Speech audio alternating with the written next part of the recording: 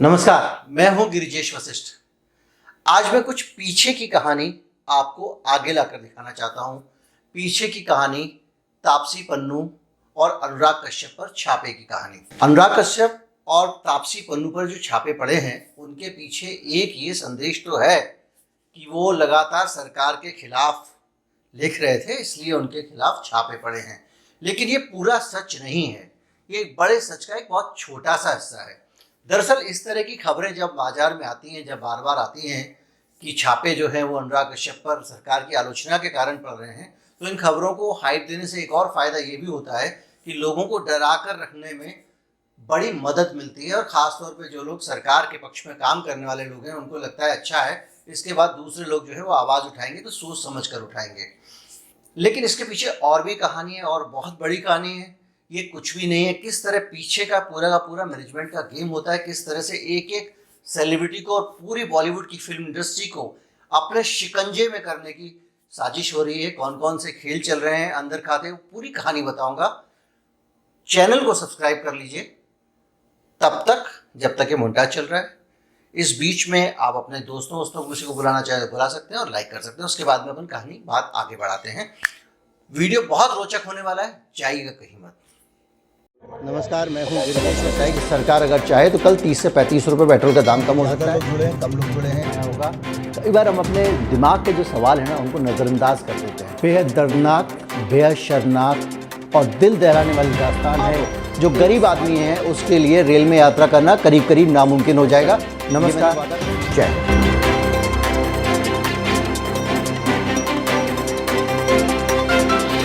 अनुराग कश्यप एक बहुत बड़ा नाम है, इतना बड़ा नाम है जिसके बारे में ये माना जा रहा था कि वो जिस तरह से सख्ती के साथ सरकार पे हमले कर रहे हैं, अनुराग कश्यप पे शायद कोई हाथ ना डाले, लेकिन उसके बावजूद अनुराग कश्यप पर हाथ डाला गया। क्या कहानी इसके पीछे जो निकल के आ रही है, जिसको ऑफिशियली बताया जा रहा है, जिसमें अभी की खबर है कि 5 करोड़ रुपए के कैश नकदी के लेन देन की बात तापसी पन्नू के बारे में सामने आई है।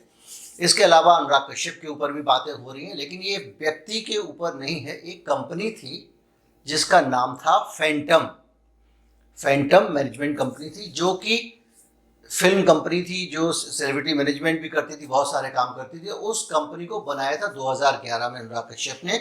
2018 में उस कंपनी को बंद कर दिया गया और उससे जुड़े हुए मामलों में ये सारी छापेमारी हो रही है। लेकिन मसला सिर्फ एक कंपनी का नहीं है। मैं आपको बताता हूं कि ये पूरी कहानी जो है ये सेलिब्रिटी मैनेजमेंट से जुड़ी हुई है। कुछ समय पहले तक या कुछ साल पहले तक अगर आप कहें तो इस देश में जब भी कोई बड़ा फिल्मी सितारा होता था और सेलिब्रिटीज होते थे तो वो उनका एक मैनेजर होता था। आपको उनकी डेट्स चाहिए, मैनेजर से बात कर लीजिए। उनके पास टाइम है, मैनेजर बताएगा, नहीं है मैनेजर बताएगा। अगर प्रोड्यूसर की शक्ल पसंद नहीं है किसी हीरो को तो मुंह पे नहीं बोलता था, मैनेजर से कहलवा देता था। उसको किसी उद्घाटन में जाना है, नहीं जाना है, मैनेजर बताता था। बाद में क्या हुआ कि कुछ सेलिब्रिटी मैनेजमेंट कंपनियां आई और उन्होंने फिल्मी सितारों को ये समझाया कि भाई साहब, आपकी ज़िंदगी केवल फिल्मों में एक्टिंग करना और उनके लिए डेट्स देना नहीं है। आपकी ज़िंदगी में बहुत कुछ ऐसा हो सकता है जिससे कि आप करोड़ों अरबों रुपए कमा सकते हैं। आपको हाथ हिलाने के पैसे मिल सकते हैं, आपको उद्घाटन करने के पैसे मिल सकते हैं, आपको खबरों में रहने के पैसे मिल सकते हैं, आपको प्रोडक्ट के एंडोर्समेंट के पैसे मिल सकते हैं, आप कौन सी घड़ी पहने इसके भी पैसे आपको मिल सकते हैं। ये कहानी जब उनको बताई गई तो किसने बताई? सेलिब्रिटी मैनेजमेंट कंपनीज ने। ये वो कंपनियां थीं जो सेलिब्रिटीज का पूरा ठेका ले लेती थीं और सेलिब्रिटीज की जो इमेज बननी है उसके मुताबिक बाकी चीज़ों में भी दखल रखती थी। जैसे अगर फिल्म बन रही है तो फिल्म के अंदर किस फिल्म में कहाँ क्या दिखाया जाएगा, क्या नहीं दिखाया जाएगा, इसमें भी वो सेलिब्रिटी मैनेजर का दखल होता था। जाहिर बात है कि फिल्मी सितारे जो हैं वो उनको उसी समंदर में रहना है, वो प्रोड्यूसर से डायरेक्टर से बैर नहीं ले सकते। तो प्रोड्यूसर्स की जो फिल्मी सितारों की मांगे भी जो है मनवानी है, वो भी उसमें अगर वो कहें कि नहीं साहब हमको तो शूटिंग के लिए स्विट्जरलैंड ही जाना है, हमारे साथ ये 4 लोग होंगे, तो ये बात भी कौन कहता था? मैनेजमेंट कंपनी कहती थी। सेलिब्रिटी मैनेजमेंट का कंसेप्ट फिल्म इंडस्ट्री में स्पोर्ट्स से आया। पहले पूरी दुनिया में जो सितारे होते थे, खेल के सितारे, उनके जरिए उनका सेलिब्रिटी मैनेजमेंट होता था। सचिन तेंदुलकर को आपने देखा, उन्होंने करोड़ों रुपए कमाए, उसकी वजह यही थी कि वो सेलिब्रिटी मैनेजमेंट के जरिए उन्होंने बहुत सारा काम हासिल किया, विज्ञापन हासिल किए, बहुत सारे इंडोर्समेंट हासिल किए। यही चीज़ आपने देखा महेंद्र सिंह धोनी के साथ थी, और कमोबेश हर सितारा फिल्म इंडस्ट्री का। रेशमा जी जो है वो पूरा सेलिब्रिटी मैनेजमेंट किया करती थी सलमान खान का, और आप सब जानते हैं कि किस तरह से सलमान खान एक हिरण वाले मामले में फंसे थे और उन्होंने सड़क पे किनारे लेटे हुए आदमी को उड़ा दिया था। उसके बावजूद रेशमा जी ने सलमान खान की इमेज खराब नहीं होने दी, क्योंकि इमेज मैनेजमेंट का जो काम है वो भी ये सेलिब्रिटी मैनेजमेंट फर्म करती हैं।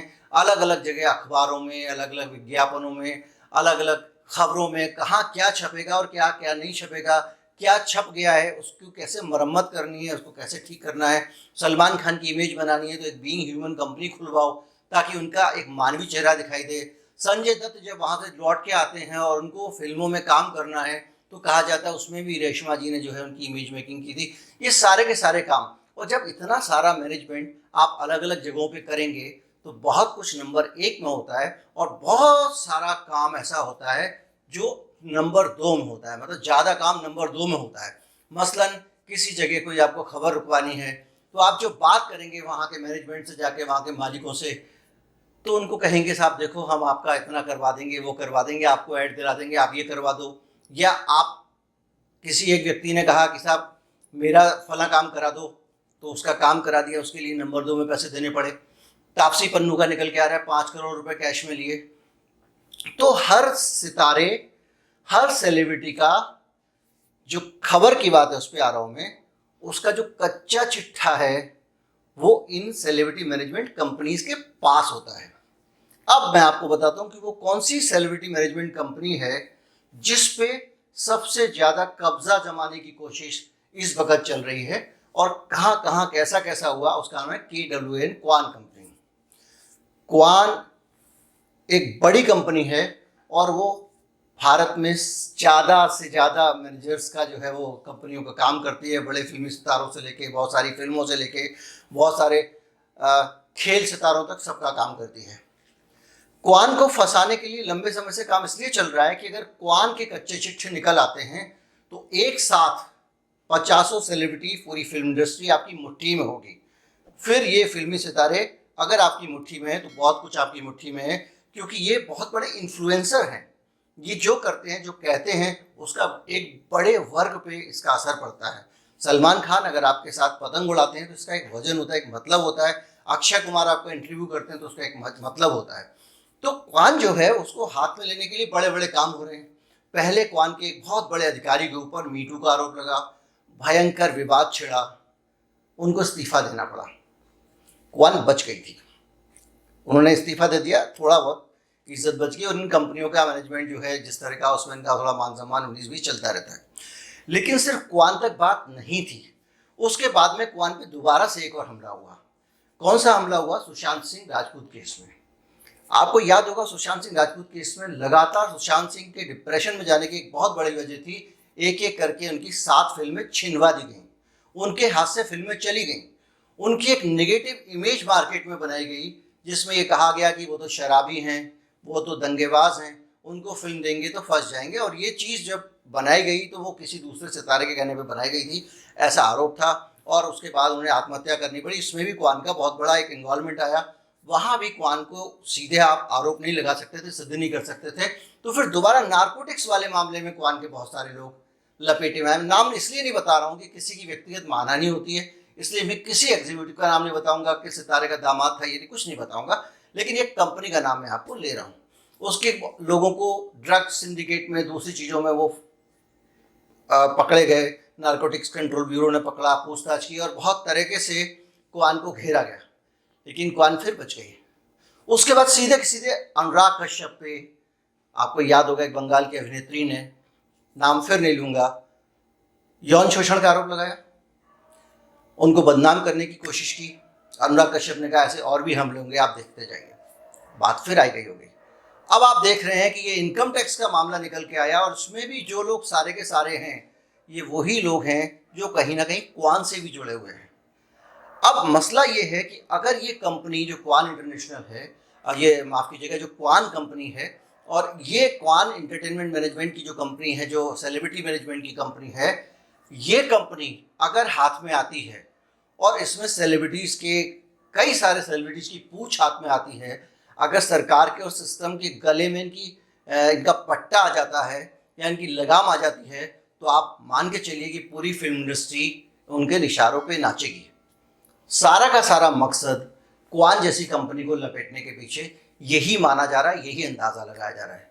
अभी पिक्चर बाकी है, पिक्चर शुरू हुई है, चौथा पांचवा ये अटेम्प्ट है। इसमें काफ़ी हद तक, चूँकि व्यापारिक समझ की होती कंपनियां सरेंडर कर देती हैं, लेकिन उनका कारोबार इसी पे टिका हुआ है कि वो सेलिब्रिटीज़ का विश्वास भंजन नहीं कर सकती।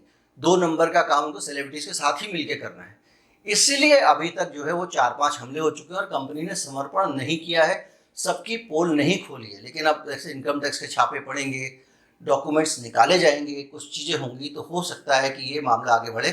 कुल मिला के जो एक फासिज्म, जो कल राहुल गांधी ने अपने इंटरव्यू में कहा, या लगातार अलग अलग जगहों से बातें कही जा रही हैं, जो फासिज्म का दौर होता है उसमें ये किन प्रकार ने सिस्टम को नियंत्रित करने की कोशिश होती है, ये मसला भी उससे मिला जुला कुछ वैसा ही है। वीडियो शेयर जरूर करना है, अच्छा लगे लाइक का ठीका मारना है, चैनल को सब्सक्राइब कर लें। नमस्कार, जय हिंद, कल फिर मिलते हैं।